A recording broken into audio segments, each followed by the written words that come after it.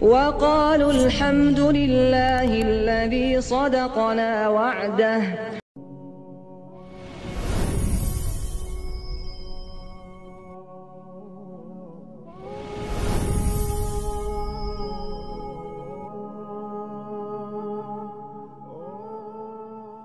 Allah tells us in the Quran again and again, we hear about Jahannam.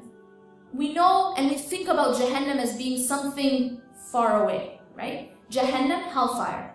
We think of it as being something far away. It's in the hereafter. Yeah, that torture and that torment is far away. But what we don't realize is that the torment and the torture of taking something other than Allah and loving it as you should only love Allah will torment you and torture you in this life before the next life.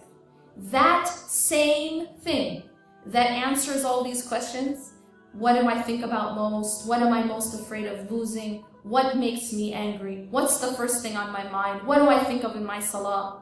That same thing, whether it is your family, your kids, your husband, your status, your money, what's this person saying about me, what's that person saying about me, my image in front of people, what do people think, whatever it is, that same thing will become the cause of your greatest pain and torment. You see how it works? Allah has designed this universe in a specific way. Allah has designed the human heart in a specific way. When you change that design, when you go against that design, you feel the pain. Because you're going against the law of the universe. What is the law of the universe? La ilaha illallah.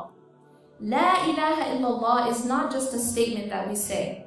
In fact, we say it many times a day, but it isn't just a statement. When you're saying La ilaha illallah, you are saying that there is nothing worthy of being put at the center of my life except for God.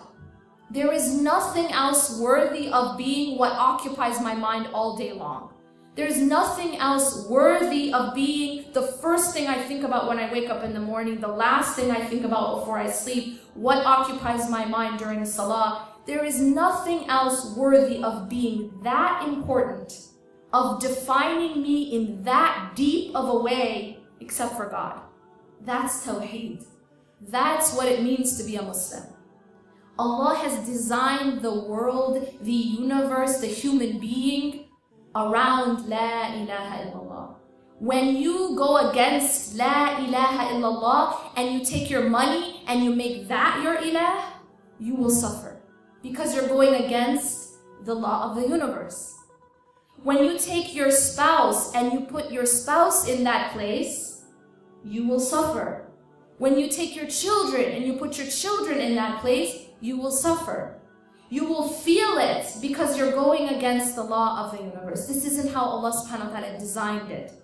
Allah made our hearts in such a way that it is only to be filled by Him.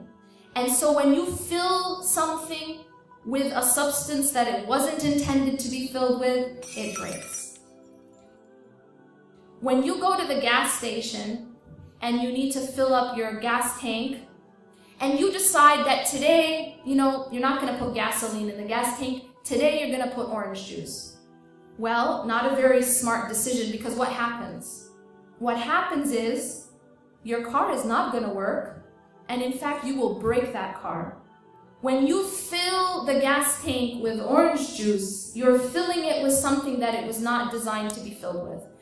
Our hearts are the same. Our hearts are like a cup. And you can fill that cup with whatever you choose. But if you choose to fill it with this life, if you choose to fill it with dunya, if you choose to fill it with money, if you choose to fill it with status, if you choose to fill it with what people think, then that cup will break.